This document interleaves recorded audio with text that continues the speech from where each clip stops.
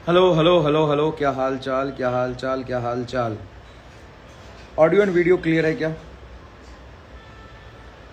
आइए, आपके सारे सवालों का जवाब मैं देना चाहता हूं आज। आप सारे ऑडियो एंड वीडियो क्लियर है क्या?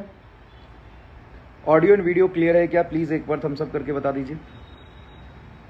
एक बार थम्स अप करके बता दीजिए, ऑडियो एंड वीडियो क्लियर है क्या? Hello hello hello hello everyone, hello everyone. तो मैं आज आपके सारे सवालों का जवाब देना चाहता हूं। बहुत इंपॉर्टेंट वीडियो होने वाला ही है। आज क्लास क्यों नहीं हुआ? कौन से नशे में जी रहा है भाई? दोनों क्लास तो ले ली, अब कितनी क्लास करवाएगा? तो आपके मन में बहुत सारे डाउट है कि अगले साल नीट में क्या होगा, लेवल टफ होगा। बहुत सारे बच्चों ने मैसेज भेजा कि बहुत सारे बच्चे 600 वाले ड्रॉप करेंगे, तो अगले साल कंपटीशन बहुत हाई होगा, पेपर कैसा होगा। और नीट पर से भरोसा उठ गया, पेपर इतना खराब हुआ है, इतनी इरेगुलरिटीज़ हुई है, तो हमें नीट से भरोसा उठ गया।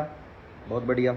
तो इन सारे सवालों का आज लॉजिकल एंड क्रिटिकल एनालिसिस करेंगे, अच्छे से समझेंगे कि आगे आने वाले सालों में नीट 2025 कैसा होगा, है ना। किस तरीके से हमें अभी से तैयारी करनी चाहिए, हमें कितना घबराने की जरूरत है, कितना कंपटीशन से परेशान होने की जरूरत है, नीट लीक हुआ है उससे हमें कितना परेशान होना चाहिए, अगले साल पेपर कैसा होगा, लीक हो गया नहीं, पैटर्न कैसा होगा, चीज़ें कैसी होगी, तैयारी कैसे करनी है, हमारे इतने मार्क्स से हम तैयारी करें कि नहीं करें, हम ड्रॉप करें कि नहीं करें, हमें लगता है कि हमें ड्रॉप नहीं करना चाहिए, हमें कुछ और करना चाहिए। तो आपके सारे सवालों का जवाब मैं आज देने आया हूँ, आज बात करूँगा। तो चलिए शुरू करते हैं, है ना। समय बहुत कम होगा, बहुत सीरियस बच्चे भी जुड़े होंगे, बहुत सारे बच्चे हैं, बहुत सीरियस बच्चे जुड़े होंगे, तो मैं समय ख़राब नहीं करता हूँ। सबसे पहली बात, नीट 2024 इतना खराब नीट कभी नहीं हुआ आज तक। लेकिन ऐसा नहीं हुआ कि कंट्रोवर्सी कभी नहीं हुई है, कंट्रोवर्सी पहले भी हुई है। 2014 में, 2016 में रीनीट हुआ था, है ना। फेज 2 हुआ था, पहले पेपर को कैंसिल कर दिया गया था। तो इंडिया बहुत बड़ा कंट्री है, और इस बहुत बड़े कंट्री में हर 2 साल में किसी न किसी बड़े एग्जाम में ऐसी चीजें देखने को मिलती है। इसका मतलब ये बिल्कुल भी नहीं है कि आगे भी ऐसा ही होता रहेगा, ऐसा बिल्कुल भी नहीं है कि आगे भी ऐसा होता रहेगा। 2016 में हुआ था ना, दोबारा नीट हुआ था ना, 14-15 में दोबारा नीट हुआ था ना, रीनीट हुआ था ना। क्या उसके होने के बाद 17 में, 18 में, 19 में, 20 में, 21 में, 22 में क्या पेपर अच्छे तरीके से नहीं हुआ? हुआ पेपर अच्छे तरीके से, सारी चीजें कंट्रोल हुई। तो आप इतना याद रखिए, इतना याद रखिए कि आप ओवर पैनिक हो रहे हैं। पैनिक होना लाजमी है, परेशान होना लाजमी है। आपने बहुत मेहनत से पढ़ाई किया था, मैं भी नहीं समझ सकता जितना आपने मेहनत और संघर्ष सेक्रीफाइस करके नंबर लाए हो ना, वो सैल्यूट है, उसको सैल्यूट है। बट लिटरली मैं तुम्हारे आगे झुक रहा हूं। बहुत आसान नहीं होता है अपने आप को कंट्रोल करना, इतने मेहनत से पढ़ाई करना। सैल्यूट है उन बच्चों को, तुम डिजर्व करते हो। लाइफ में बहुत कुछ तुम्हें मिलेगा, भले ही आज तुम थोड़े नंबर से रह गए हो, आज तुम्हें लग रहा है ऐसा कि यार बहुत मेहनत मेरा खराब हो गया, लेकिन ऐसा नहीं है। वो तुम्हारा किया हुआ मेहनत, भरोसा रखो, कहीं खराब नहीं होगा। और जो कुछ भी हुआ वो हर साल होगा, ऐसा होता ही नहीं है। पहले भी बहुत बहुत बड़ी बड़ी कंट्रोवर्सियां हुई है, लेकिन बाद में पैटर्न ठीक हुआ है। आपको क्या लगता है इंडियन गवर्नमेंट शांत बैठेगी? नहीं भाई। एनडीए शांत बैठेगा? नहीं भाई। जहां भी दिखते हुई है ना, उसको स्पेशल तरीके से ठीक कराया जाएगा। और अगले साल मैं 100% पॉजिटिव हूं कि ये सारी चीजें देखने को आपको नहीं मिलेंगी, ये सारी चीजें देखने को नहीं मिलेंगी। मैं पॉजिटिव हूं, क्योंकि ऐसा पहली बार नहीं हुआ, पहले भी हुआ था। तो अगले साल जैसे भी पेपर होगा, जिस भी पैटर्न पे होगा, ये इरेगुलरिटीज नहीं होगी। 3-4 साल में एक बार हो जाता है, बहुत नॉर्मल, धीरे धीरे धीरे धीरे धीरे हम नॉर्मलाइज हो जाते हैं, तो ऐसी घटना देखने को मिलती है। और ऐसा पहली बार नहीं है, पहले भी हुआ था और अभी भी हुआ है, लेकिन चीजें ठीक हो जाएंगी, इसका भरोसा रखिए। ठीक है, इसका भरोसा रखना, पहली बात। अब दूसरी बात ये कि सर इस बार तो 600 प्लस बच्चे बहुत है, तो फिर कंपटीशन तो बहुत हाई होगा। बेटा सिलेबस भी कट हुआ था, सिलेबस भी कम हुआ था इस बार। पेपर में बहुत ज़्यादा ऐसे मल्टीपल करेक्ट वाले वो होते हैं ना, जैसे मैट्रिक्स मैच वाले, उसमें एक सोच लोगे तो सारे सही हो जाएंगे। पेपर इजी था, ये सारे फैक्टर थे, इसलिए नंबर थोड़े से ऊपर गए। लेकिन आप ये भी ध्यान रखिए कि बच्चे सीरियस हो गए हैं। 600 प्लस नंबर लाना बहुत बच्चों का, ये इंपॉर्टेंट नहीं है। इंपॉर्टेंट ये है कि पहले के कंपेयर में बच्चे सीरियस हो गए हैं। चाहे आप ऑनलाइन स्टडी को दोष दो, आपको लगेगी सर पीडब्ल्यू की वजह से कंपटीशन बहुत हाई हुआ है, तो आप कह सकते हो, लेकिन पढ़ने का हक तो सबको है, मेहनत करने का हक तो सबको है। जो मेहनत करेगा वो आगे जाएगा। ऐसा तो नहीं है जिसके पास बहुत सारे पैसे है वो ऑफलाइन में जाए, बहुत सीरियस होकर पढ़ाई करे, सेलेक्ट हो जाए, ऐसा नहीं होता, ऐसा नहीं होता। तो भाई पढ़ने का हक, आगे बढ़ने का हक सबको है। इससे डरने की जरूरत नहीं है कि 600 वाले बच्चे कितने हैं। हाँ, इससे डरने की जरूरत है कि सीरियस एस्पिरेंट सच में बढ़ गए हैं। सच में सीरियस एस्पिरेंट पहले के कंपेयर में इस साल ज्यादा हैं। याद रखिएगा, इसको लिख लीजिए कि सीरियस एस्पिरेंट, मेहनत करने वाले बच्चे, कंपटीशन में पहले कम बच्चे होते थे, अब अवेयरनेस बढ़ गई है। गांव गांव तक बच्चे को पता है कि नीट का पेपर क्या होता है, उनको पता है कि पीडब्ल्यू में क्वालिटी एजुकेशन मिलता है, कम पैसे में बहुत अच्छी पढ़ाई होती है, उनको पता है कि डेडिकेशन से मास्टर बहुत पढ़ाता है, कंटेंट इजीली अवेलेबल हो गया, उनको जितना पढ़ने के लिए जरूरत है बहुत अच्छे से इजी तरीके से बच्चों को मिल रहा है। पहले फिजिक्स ही फोबिया हुआ करता था, अब फिजिक्स आसान हो गया है। बहुत कंफर्टेबल तरीके से, बहुत अच्छे तरीके से बच्चा घर में बैठ के पूरे इंडिया के छोटे छोटे स्टेट, छोटे छोटे गांव, छोटे छोटे जगह पे बैठ के उसको सफिशिएंट कंटेंट मिल रहा है, वो धुआं उड़ा देगा भाई, वो धुआं उड़ा देगा। तो भाई मेहनत बच्चे ज्यादा करने लगे हैं, सीरियस बच्चे बढ़ गए हैं। अगर आप ये सोच के आ रहे हो कि नहीं मुझे जान लगाना है बहुत अच्छे से, और देखो कंपटीशन की तैयारी करने का मतलब ये नहीं है कि तुम अपने जान को दाव पे लगा दो, ये मतलब नहीं है। मतलब सिर्फ इतना सा है कि ऑनेस्टी से, डेडिकेशन से पढ़ाई करने की जरूरत है आपको। तो ऑनेस्टी से, डेडिकेशन से आप पढ़ाई करोगे तो चीजें ठीक हो जाएगी। तो पहली बात कि देखो हमारे हाथ में सब कुछ नहीं है, या तो हम भगत सिंह बांध के कंधे पे कफन बांध के उतर जाए बंदूक लेके तो चलो, और नहीं तो सुप्रीम कोर्ट के डिसीजन का रिस्पेक्ट करो और आगे मूव ऑन करो। सबसे पहली बात ईमानदारी से सुनना मैं क्या कह रहा हूं। मैं कह रहा हूं या तो भगत सिंह बनो, और नहीं बनना भगत सिंह तो अगले साल की तैयारी करो, है ना, अगले साल की तैयारी करिए। तो हर साल रिपीटेटिवली मतलब 4-5 सालों में एक बार थोड़ा बहुत कंट्रोवर्सी होता है, गलत हुआ है एग्रीड, तो गलत को कैसे ठीक करें, या तो भगत सिंह बने नहीं तो हम पढ़ाई करें। तो आप डिसाइड करिए आपको क्या बनना है। अगर पढ़ाई करना है तो पढ़ाई करना शुरू कर दीजिए, ठीक है। दूसरी बात, आपको इस बात से बिल्कुल भी घबराने की जरूरत नहीं है कि बच्चे के 600 नंबर आए उनको सिलेक्शन नहीं मिला। वो 600 नंबर वाले बच्चे जो हैं बहुत मेहनत करके लाए हैं, लेकिन पेपर इजी था इस बार, ये एक्सेप्ट करना पड़ेगा। सिलेबस कम था, ये भी एक्सेप्ट करना पड़ेगा। पैटर्न इजी था, ये भी एक्सेप्ट करना पड़ेगा। बहुत सारे केमिस्ट्री में, बायोलॉजी में चैप्टर कम कर दिए थे, ये भी एक्सेप्ट करना पड़ेगा। इस वजह से नंबर ज्यादा है, तो इस बात से घबराने की जरूरत नहीं है। हाँ, इस बात से घबराने की जरूरत है, इस बात से घबराने की जरूरत है कि सीरियस एस्पिरेंट बढ़ गए हैं। तो अगर आप तैयारी करने आते हैं तो आपका सिलेक्शन तभी होगा जब आप बहुत मेहनत करेंगे, कलम घसेंगे, बहुत संघर्ष से पढ़ाई करेंगे, तभी सिलेक्शन होगा। क्या 2 बातें क्लियर है? अगले साल नीट साफ सुथरा होगा, इसके लिए मैं तो पॉजिटिव हूं, आप भी पॉजिटिव हो जाइए कि चीजें ठीक होंगी। दूसरी बात, मेहनत कर सकते हैं तभी आइए क्योंकि सीरियस एस्पिरेंट बढ़ गए। तीसरी बात, अब आते पेपर कैसा होगा। पेपर चाहे मैं जो बोल रहा हूं ना इसको रिकॉर्ड करके रख ले, मैं जो बोल रहा हूं ना पूरे होश आवाज में और अपने 12 साल के लगभग एक्सपीरियंस से बोल रहा हूं। पेपर चाहे कोई भी बना ले, कैसा भी बना ले, फिजिक्स में 30 से 35 सवाल एक लाइन कैलकुलेशन वाले होंगे, एक लाइन कैलकुलेशन वाले होंगे। पेपर का लेवल टफ होना और इजी होना ओवरऑल पेपर से डिसाइड नहीं होता, ओवरऑल पेपर से डिसाइड नहीं होता। पेपर का लेवल टफ होना और इजी होना सिर्फ 5 से 10 क्वेश्चन की वजह से डिसाइड होता है। अगर आपका पूरे पेपर में से 35 सवाल 1 लाइन के हैं तो पहले उस पर फोकस करिए ना। 5 सवाल बचे हुए 15 सवाल अगर मीडियम लेवल के हैं तो पेपर मॉडरेट होगा। अगर 35 के बाद के 5-10 सवाल इजी हो गए तो पेपर इजी हो गया। बाकी के 5 से 10 सवाल एवरेज से ऊपर हो गया तो पेपर टफ हो गया। अब साइकोलॉजी को समझिए भाई, 12 साल के एक्सपीरियंस की वजह से बता रहा हूं, अपने 12 साल के टीचिंग एक्सपीरियंस के बेसिस पे पूरे 15 साल के पेपर को एनालाइज करके बता रहा हूं मैं, 15 साल के पेपर को एनालाइज करके बता रहा हूं मैं। पेपर का टफ होना, लेवल का ऊपर जाना, पेपर मुश्किल होना पूरे पेपर से डिसाइड नहीं होता, डिसाइड होता है लास्ट के 5 से 10 क्वेश्चन पे, 5 से 10 क्वेश्चन पे। अगर आपके 50 में से 35 सवाल इजी पेपर है तो इजी आएगा, टफ पेपर है तो भी 35 सवाल इजी आएगा, मॉडरेट पेपर है तो भी 35 सवाल इजी आएगा, बहुत टफ पेपर है तो भी 35 सवाल इजी आएगा। आपके जो 35 क्वेश्चन है वो 1 लाइन कैलकुलेशन वाले हमेशा से हुए हैं, हर साल हुए हैं, अगले साल भी होगा। 35 सवाल 1 लाइन कैलकुलेशन वाले होंगे। अगर पेपर टफ हुआ तो 10 सवाल मॉडरेट होंगे और 5 सवाल टफ होंगे। आप मुझे बताइए, अगर पेपर आसान है तो क्या करना चाहिए? मैं कहता हूं अगले साल पेपर आसान आएगा तो तुम्हें कैसे पढ़ना चाहिए? सर एकदम बेसिक से खूब सारा प्रैक्टिस करना चाहिए, थ्योरेटिकली स्ट्रांग होना चाहिए, कंसेप्चुअली स्ट्रांग होना चाहिए और प्रैक्टिस बढ़ाना पड़ेगा और इजी क्वेश्चन की खूब प्रैक्टिस करनी पड़ेगी। बिल्कुल सही, क्योंकि अगले साल पेपर आसान आने वाला है। तो तुमने क्या किया, तुमने सोचा कि इजी क्वेश्चन आएंगे तो तुमने खूब सारे इजी क्वेश्चन की प्रैक्टिस करी। बढ़िया, 35 सवाल आसान है, 15 भी आसान आ गए। अब मैं बोलता हूं कि अगले साल पेपर टफ आएगा तो तुम क्या करोगे? सर अगले साल पेपर टफ आएगा तो टफ क्वेश्चन करते हैं। अबे बुर्बक, अगले साल पेपर टफ आएगा इसका यह मतलब है कि 35 अभी भी आसान आएंगे, बचे हुए 15 टफ आएंगे।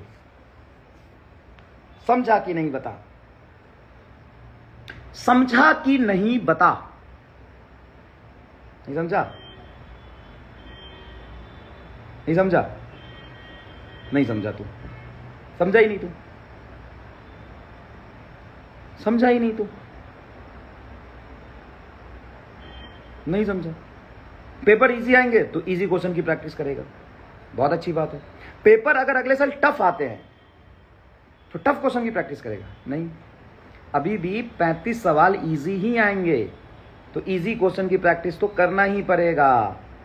अब हमें बाकी के 15 सवाल के लिए थोड़े से लेवल अप करने की जरूरत है, लेकिन लेवल अप करने से पहले 35 सवाल जो इजी आने उसको तो कंप्लीट करना ही पड़ेगा ना। नहीं समझा यार तू? तो पेपर इजी और टफ कैसे डिसाइड होता है? पेपर इजी और टफ कैसे डिसाइड होता है? करा नहीं समझा? कितने लोग समझ गए कमेंट करके बताओ फटाफट। कितने लोग समझ गए कमेंट करके बताओ फटाफट। कितने लोग समझ गए? पीजीओ, हाँ ये एक अलग नशे में है। कह रहा जेई मेन के एडवांस के पीवाईक्यू लगा ले। तो हाँ बेटा लगा ले, लगा ले, फिर नीट में तेरे से एक सवाल नहीं बनेंगे, ध्यान रखना।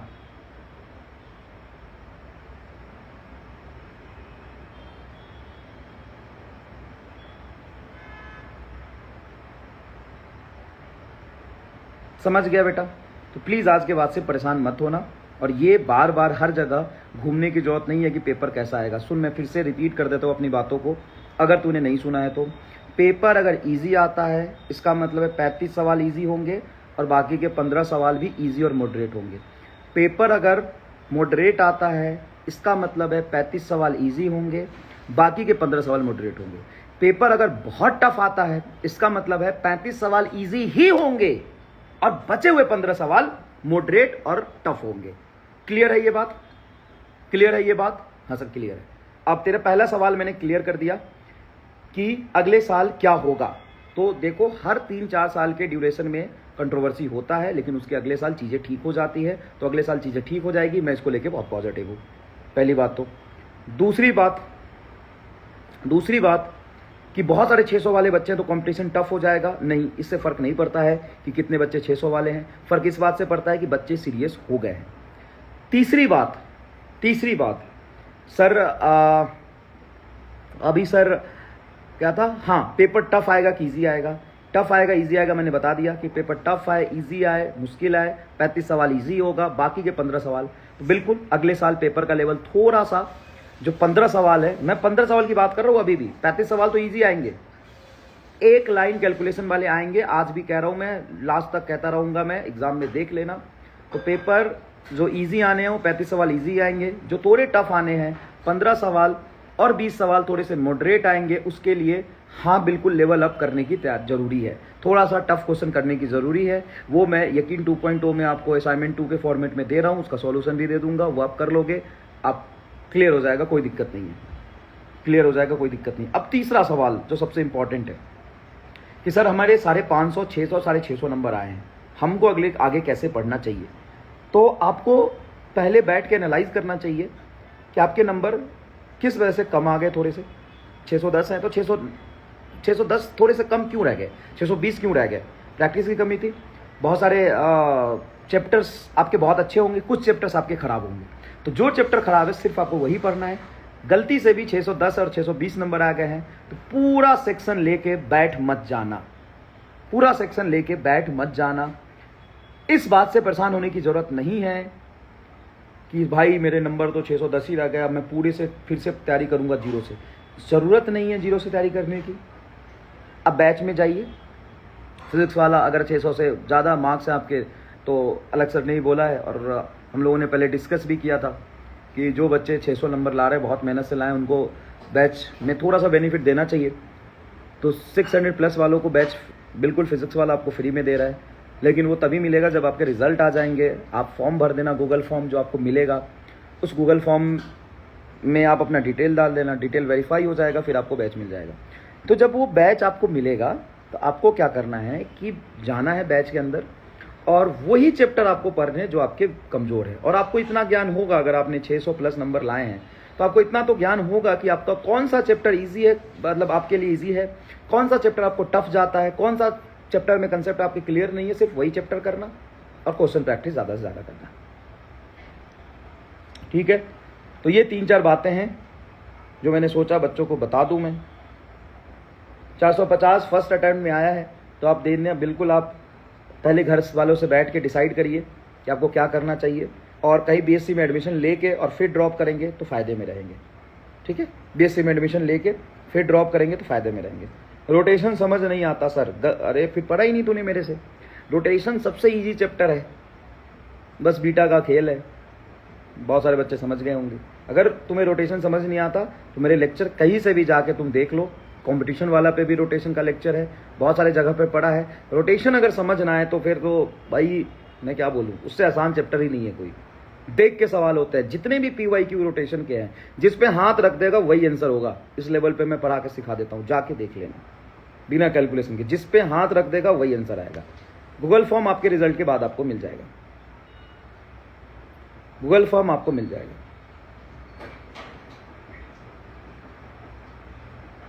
ठीक है, अब आपके कुछ डाउट है तो 12th में 11th कैसे करें। सबसे पहले धीरे धीरे थोड़ा थोड़ा करके जो आपके 11th के कंप्लीटेड चैप्टर है उसका रिवीजन करो, थोड़ा थोड़ा टाइम निकाल के। शुभम कह रहे हैं beta is the power house of rolling motion. Yes, Shubham के साथ 610 नंबर थे, अभी 715 नंबर आ रहे हैं, 710 नंबर आ रहे हैं। और ऐसे बहुत सारे बच्चे थे यकीन बैच में लास्ट ईयर जिनके 580, 570, 560, 590, 600, 610, 620 थे, और उन सभी बच्चों के इस साल 680, 690 और 700 नंबर आए हैं। ठीक है, जीरो से स्टार्ट करना कैसे होगा, तो भाई सारी समस्या तो मैंने सॉल्व कर दी तुम्हारी। अगर आप आज भी यकीन 2.2 में जाते हैं तो 5 दिन में आपके 3 चैप्टर कंप्लीट हो जाएंगे, वो भी 100% कंटेंट के साथ। बैकलॉग लेक्चर मैंने डाल दिए हैं, बेसिक मैथ, वेक्टर और यूनिट एंड डायमेंशन के। आपके बैकलॉग नहीं होंगे, क्योंकि सबसे पहले प्रॉब्लम क्या होता था कि बच्चा अभी एडमिशन लिया, बैच तो 1.5 महीने पहले शुरू हुआ था, एडमिशन अभी लिया, तो स्टार्टिंग से उसके नंबर ऑफ बैकलॉग्स बहुत हाई हो जाते थे। इसलिए मैंने डिटेल्ड बैकलॉग लेक्चर 100% कंटेंट जो मैंने 13 लेक्चर में बनाया है उसको सिर्फ 8 घंटे में पूरा दोबारा से रिकॉर्ड करके बैच में डाल दिया है। अब बता कहाँ से बैकलॉग आ जाएगा। लक्ष्य में भी डाल दिया मैंने, जाके देखो बेसिक मैथ, वेक्टर लक्ष्य में भी डाल दिया। बोर्ड में कोई प्रॉब्लम नहीं होगा, बोर्ड में कोई प्रॉब्लम नहीं होगा अगर आपने अच्छे से नीट का सिलेबस जो आपको लक्ष्य बैच में पढ़ाया जा रहा है वो पढ़ा है, तो बोर्ड में सारे सवाल कंसेप्चुअल आते वहीं से आएंगे। सिर्फ फिजिक्स का कंसेप्ट सब समझ में आ जाता है, क्वेश्चन नहीं बन रहा है, ये तुम्हारी गलतफहमी कि तुम्हें समझ में आ रहा है। अगर तुम्हें समझ में आ ही जाता तो क्वेश्चन क्यों नहीं बनेंगे भाई। तू सुनता है, तुमको लगता है आ गया, फिर तुम आधे घंटे बाद तेरे दिमाग से निकल जाता है बकलोल। फोकस से पर फोकस से ध्यान लगा, ध्यान लगा। पेपर लेवल कैसा होगा, लो भाई सारी रामायण सुना दी, सीता मैया कौन थी यही नहीं पता। सारी रामायण सुना दी, क्लास बाद में पूछ रहा है सर रामायण में सब समझ आ गया लेकिन एक छोटा सा डाउट है सर, छोटा सा, सीता मैया कौन थी। अबे पूरा रामायण सुना दिया और सीता मैया कौन थी, पेपर कैसा होगा भाई। मेरे फिर से बता देता हूँ अगर नया आया है तो, पेपर इजी होता है तो 35 सवाल इजी, 15 इजी आते हैं। पेपर मॉडरेट होता है तो 15 सवाल इजी, 15 सवाल मॉडरेट आते हैं। पेपर टफ होता है तो 35 सवाल इजी, 15 सवाल टफ आते हैं। ले बता दिया, अब कितना बता दूं। ज्यादातर क्वेश्चन बन रहे, कुछ क्वेश्चन नहीं बन रहे। हाँ भाई, अगर सारे क्वेश्चन बन जाएंगे तो तू ही मास्टर हो जाएगा। अगले साल मैं छोड़ देता हूं, तू ही आके पढ़ा लेना, सारे क्वेश्चन कर लेगा। तुम्हें मास्टर बनना है कि बच्चा बनना है? हाँ, मेहनत करना है। उम्मीद होती है कि सारे सवाल हम कर ले जाए, लेकिन अगर तू सारे सवाल तू ही कर लेगा तो तेरे में और मास्टर में क्या फर्क रहेगी? मास्टर को रहने दे, सारे सवाल कैसे हो जाएंगे? लगभग सवाल ही होंगे ना, 2-4 सवाल में डाउट आने भी चाहिए। यही बात तो बताएगा कि आप अभी सीख रहे हो, पढ़ रहे हो, मेहनत कर रहे हो। तू पढ़ लेगा और सारे सवाल तेरे से हो जाएंगे। ठीक है, फिर हम छोड़ देते हैं, हम छोड़ देते हैं।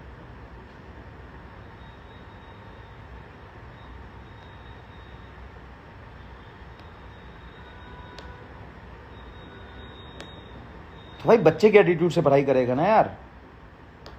रामलाल को मोटिवेशन दे दी। अरे मोटिवेशन मैंने रखा था। अरे ये जेब फटा हुआ है, कहीं गिर गया, देखना ये जेब फटा हुआ है। यही मैं संभाल के रखा था तेरे लिए मोटिवेशन, कि मैं आऊँगा, तू आएगा तो मोटिवेशन दूंगा, लेकिन जेब ही फटा हुआ था, मोटिवेशन कहीं गिर गया तेरा। अरे देखना जेब फटा हुआ है, यहाँ से मोटिवेशन चू गया नीचे। ओहो, फिर दोबारा जाके लाऊंगा तो दे दूंगा।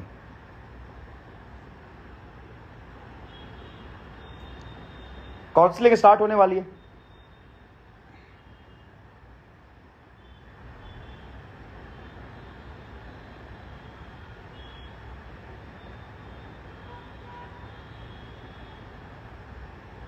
यकीन 2.2 बहुत बैकलॉग हो गया भाई। अब कितना तुम्हारे लिए कर दूं?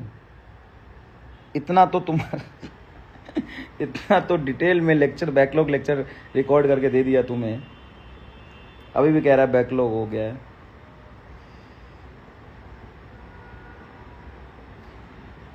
कट ऑफ भाई, सिर्फ कट ऑफ सब कुछ नहीं होता ना यार, तू समझ नहीं रहा है। बिल्कुल सिलेक्शन चाहिए, लेकिन कट ऑफ सिर्फ नंबर से मत देखो। पेपर का लेवल, बच्चे कितने सीरियस होकर पढ़ाई कर रहे हैं, पेपर का पैटर्न, इन सब चीज़ों पे कट ऑफ डिपेंड करता है। बच्चे सीरियस हो गए पहले से, तो कट ऑफ थोड़ा तो चेंज होगा ना, कट ऑफ थोड़ा तो चेंज होगा ना। चलिए, चलो ठीक है, थैंक यू सो मच। तो ये मुझे कुछ बात बतानी थी जो मैंने बता दिया। ठीक है, ठीक है। लक्ष्य, करंट इलेक्ट्रिसिटी का समरी लेक्चर चाहिए। चल रिकॉर्ड करके देता हूँ, चल चल पहुँच, मैं आता हूँ, चल मिलना है आपसे। सेलेक्ट हो गए, मिल यार, ये तो बहुत बड़ा दुख है, मैं क्या बताऊँ। हर साल मेहनत करते हैं पूरे साल, और लास्ट में उम्मीद रहता है कि जो बच्चे मेहनत करके इतने सेलेक्ट हो गए उनसे हम मिले, लेकिन इस साल तो वो भी मेहनत पे पानी फिर गया। कोई बात नहीं, होता है, लेकिन मिलेंगे, देखते हैं।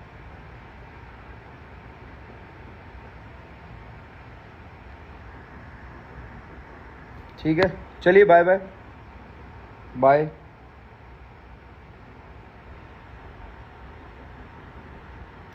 कुछ समझ नहीं आ रहा बीएससी कर लेना चाहिए या नहीं। एक काम करिए, बीएससी में एडमिशन ले लीजिए पैरेलली, और साथ साथ थोड़ा पढ़ाई यहाँ से कर लीजिए।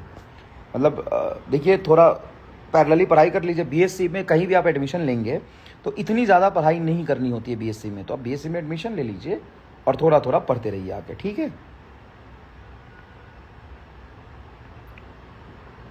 चलिए, फिर क्लास में मिलते हैं। चलिए, मॉर्निंग में, बाय बाय, गुड नाइट। फिर कुछ इंपॉर्टेंट बातें होगी तो दोबारा मिलेंगे। Thank you so much, bye.